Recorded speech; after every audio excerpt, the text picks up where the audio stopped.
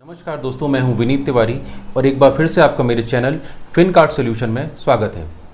जैसा कि आपको पता है, हमने अपने पिछले वीडियो में बात की थी किस तरह से म्यूचुअल फंड ना केवल महंगाई से लड़ता है बल्कि महंगाई से लड़ते हुए आपके टारगेट को भी अचीव करने में आपकी मदद करता है। साथ में हमने बात की थी एक आम आदमी की ज़िंदगी में लगभग हर आम आदमी 3 टाइप की फाइनेंशियल प्लानिंग करके चलता है। पहली, बच्चों की एजुकेशन, दूसरी बच्चों की शादी और तीसरी अपने रिटायरमेंट की प्लानिंग।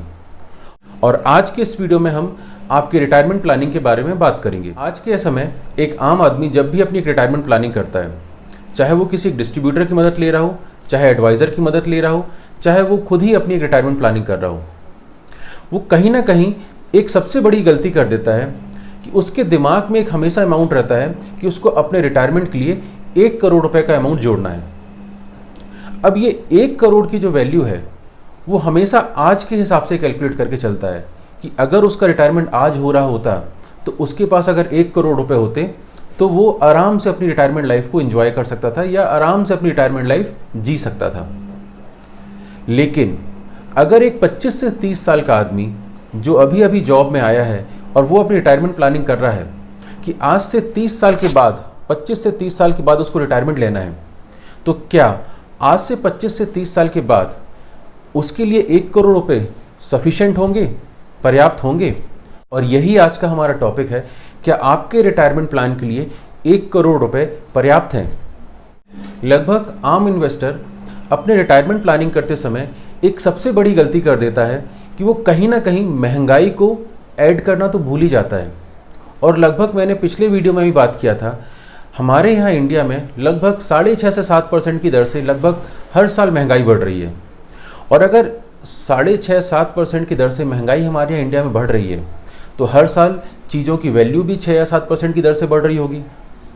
और अगर हम अपनी रिटायरमेंट प्लानिंग करते समय इस महंगाई को ऐड ना करें, इस इन्फ्लेशन को ऐड ना करें, तो हो सकता है कि 30 साल के बाद हमने 1 करोड़ रुपए तो अचीव कर लिए होंगे, लेकिन उस 1 करोड़ रुपए की वैल्यू क्या आपको मालूम है आज के लगभग 13 लाख रुपए के बराबर होगी।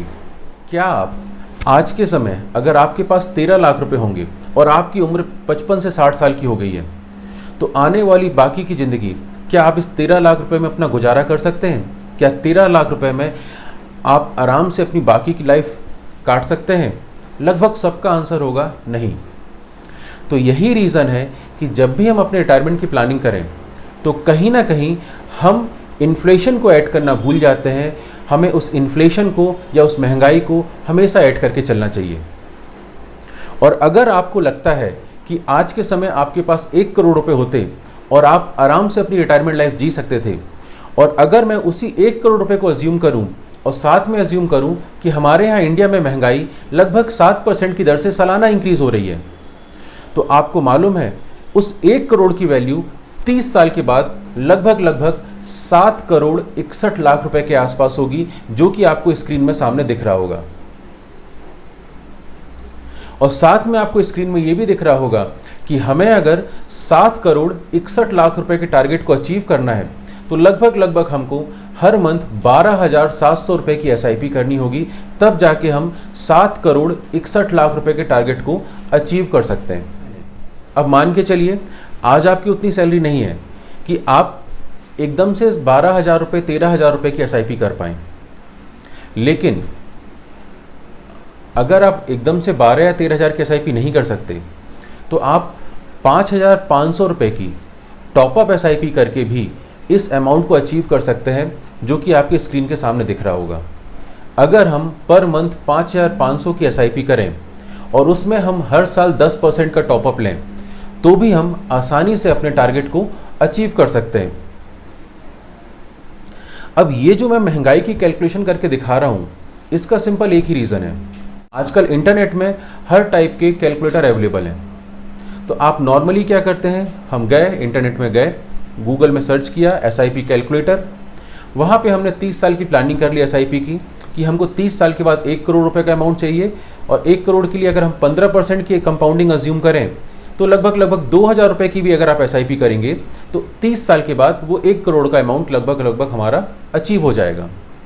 मैं आपसे हमेशा कहूँगा, जब भी आप कोई भी फ्यूचर गोल प्लान कर रहे हैं तो उस फ्यूचर गोल की प्लानिंग के समय आप हमेशा महंगाई और इन्फ्लेशन को ऐड करना ना भूलें। ठीक है, हो सकता है आज आपके पास 12,500 रुपये नहीं है, आज आपके पास 5,500 रुपये भी नहीं है जिसकी आप SIP कर सकते हैं। आज आपने 2,000 रुपये से SIP करना स्टार्ट किया, लेकिन आपको आपका टारगेट मालूम है कि अगर मुझे अपना रिटायरमेंट लेना है तो मुझे 7.5 करोड़ रुपए की एक रिक्वायरमेंट है। तो जब आपको आपका टारगेट मालूम है, आज आपने 2,000 की SIP स्टार्ट की, हो सकता है अगले साल आप उस SIP को बढ़ा के सीधे 5,000 रुपये कर दें या 6,000 रुपये कर दें। कभी आपके पास कुछ इकट्ठा अमाउंट आए 10,000 50,000 रुपये, आप उसको अपने रिटायरमेंट प्लानिंग में डाल दें। तो जब आपको आपका टारगेट मालूम होगा और आप किसी डिस्ट्रीब्यूटर और एडवाइज़र से हेल्प ले रहे होंगे तो धीरे धीरे करके भी आप अपने अमाउंट को बढ़ा सकते हैं। SIP आप कभी भी बढ़ा सकते हैं, किसी टाइप की कोई दिक्कत नहीं आती। और उसी फंड में आप चाहें तो लमसम अमाउंट भी डाल सकते हैं, इकट्ठा अमाउंट भी डाल सकते हैं, जिससे आपका टारगेट अचीव हो सके। तो आज के इस वीडियो में मैं आपसे यही बात करना चाह रहा था कि किस तरीके से इन्फ्लेशन आपके रिटायरमेंट सेविंग को इम्पैक्ट करता है। रिटायरमेंट प्लानिंग करते समय इस इन्फ्लेशन को ऐड ना करें तो मुझे नहीं लगता कि आज से 30 साल के बाद 1 करोड़ रुपए से आप अपनी रिटायरमेंट लाइफ को आराम से जी सकते हैं। अगर आपको किसी भी टाइप की इंक्वायरी है तो कमेंट सेक्शन में आप अपने क्वेश्चन लिख सकते हैं, या तो नीचे जो मेल आईडी शो हो रही है उस मेल आईडी में अपने क्वेश्चन लिख के सेंड कर सकते हैं। हम कोशिश करेंगे कि लगभग हर इन्वेस्टर के क्वेश्चन के जवाब दे पाएँ।